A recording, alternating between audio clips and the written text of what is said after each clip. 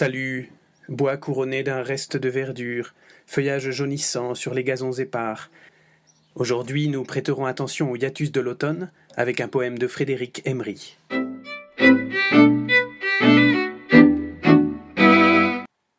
Pour commencer, je voudrais emprunter quelques mots à l'introduction que Frédéric Emery fait de son recueil Notes du jardin. Je cite. J'ai essayé, pauvrement, d'aller vers ces choses qui attendent derrière le premier éclat.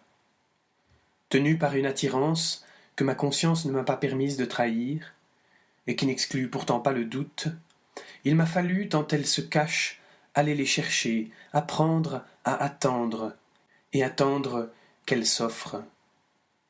Cette patience qui approche les choses est toute de paradoxe, tant elle mêle volonté ferme et détachement, audace et timidité, élan et retenue, abaissement, foi, certitude suspendue. Dans une partie du monde où l'agitation est loi, j'encourage ceux qui en ont le cœur à se mettre à l'école qu'offrent les fascinantes leçons de l'immobilité, et à se tenir là, non pas pour seulement observer ce qui coule de l'être, mais davantage pour y participer.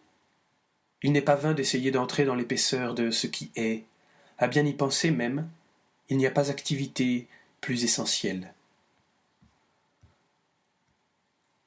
Après de tels mots, je dois m'acquitter d'une parole que j'avais voulu dire dans la première émission, mais qu'un scrupule m'a commandé de raturer. Frédéric, qui avait reçu la première version du texte, m'avait fait part de ce manque. Et voici ce dont il s'agit. C'est que la poésie, cette voix qui ne tranche avec nos paroles quotidiennes que parce que nous avons perdu ce petit quelque chose d'essentiel qui les ferait sonner justes, la poésie, donc, est un acte de résistance. Elle s'oppose avec la vaine rage de l'enfant ou du fou à ce que les mots referment leurs griffes sur les êtres pour les déchirer. Par son innocence, elle oblige les loups à se reconnaître tels, à ne pas trop s'abuser eux-mêmes par la peau de brebis qui recouvre leur laideur. Elle se refuse à ce qu'on se refuse au mystère.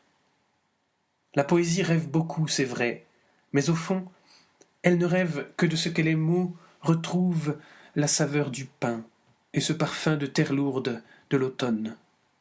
Qu'il ne soit plus que le don renouvelé du silence de la communion.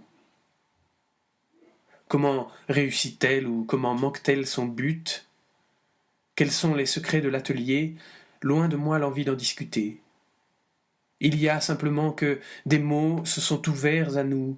Un poète, presque par inadvertance, vient de rendre possible, de nouveau, l'acte essentiel de notre assentiment à ce qui est. Et pourtant, à certains moments, écrire paraît vain. On ne sait plus très bien si les mots qui goûtent sur la page sont nécessaires ou s'ils se dilueront dans les ténèbres. On se demande même si tout cela a un sens, s'il ne faudrait pas se consacrer à toute autre tâche plus urgente. Et c'est sans doute à ce moment précis que l'engagement est le plus nécessaire, qu'il faut entrer en résistance. Dresser les barricades du silence et d'un amour d'autant plus ardent qu'il se sait menacé. Car il y a des gens qui étouffent, et d'autres qui meurent. Les êtres de chair hésitent à chaque pas. Est-il soum discerner souvent, derrière les visages, de petites épaves humaines, désespérées et ignorant comment continuer à vivre? Des poèmes pourront-ils les rejoindre? Sauront-ils que quelqu'un serait prêt à donner un peu sa chair à manger pour qu'ils puissent continuer la route? J'ai peur soudain. J'ai peur que tout cela ne soit pas assez. J'ai peur que cela ne suffise pas. J'ai peur aussi d'avoir empêché, par manque de courage ou de présence, que brûle une lampe pour quelqu'un, criant au loin, dans la nuit. Mais je veux laisser Frédéric nous ouvrir un autre chemin, un chemin vers les choses, vers leur mystère, sans que nous puissions pour autant le suivre tout à fait, par défaut de regard, ou parce qu'il nous faudrait parcourir nous-mêmes cette voie vers le Dieu enfoui.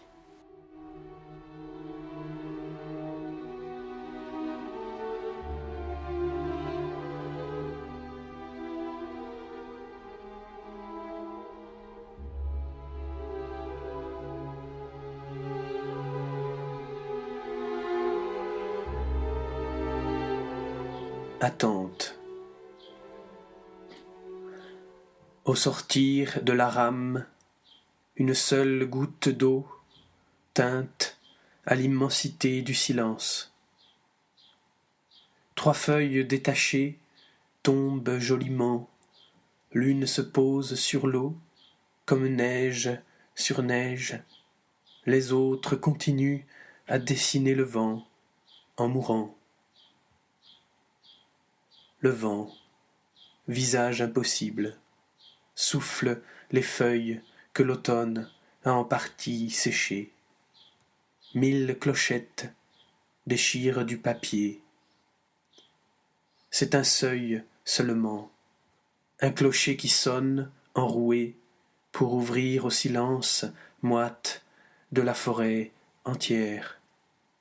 Cette terre noire du fond qui appelle à l'enfoncement, on dirait un père au secret longuement retenu, poussé par les rumeurs dans l'épaisseur de l'ombre. Il attend, immobile, il attire. Profond battement sombre, cœur trop puissant, gravité assourdie, que rien ne fait chanter et qui juste respire, il semble, si profondément.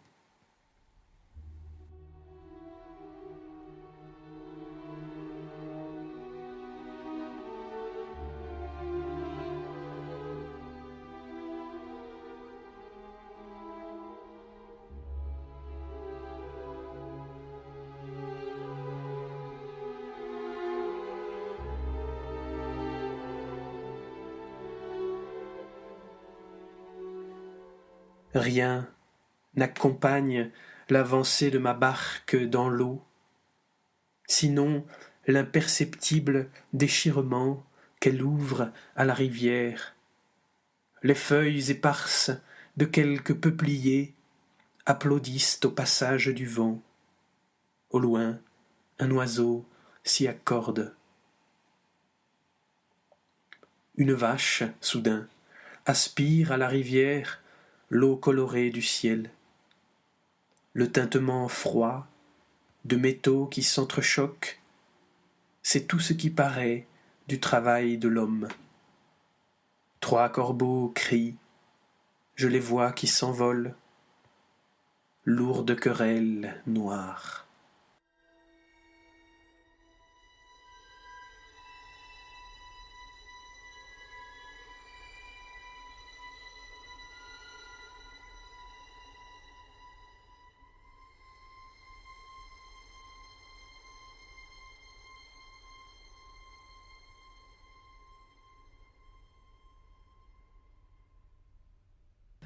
Vous venez d'écouter Hiatus, une émission Terre de Compassion présentée par Denis Cardinaux.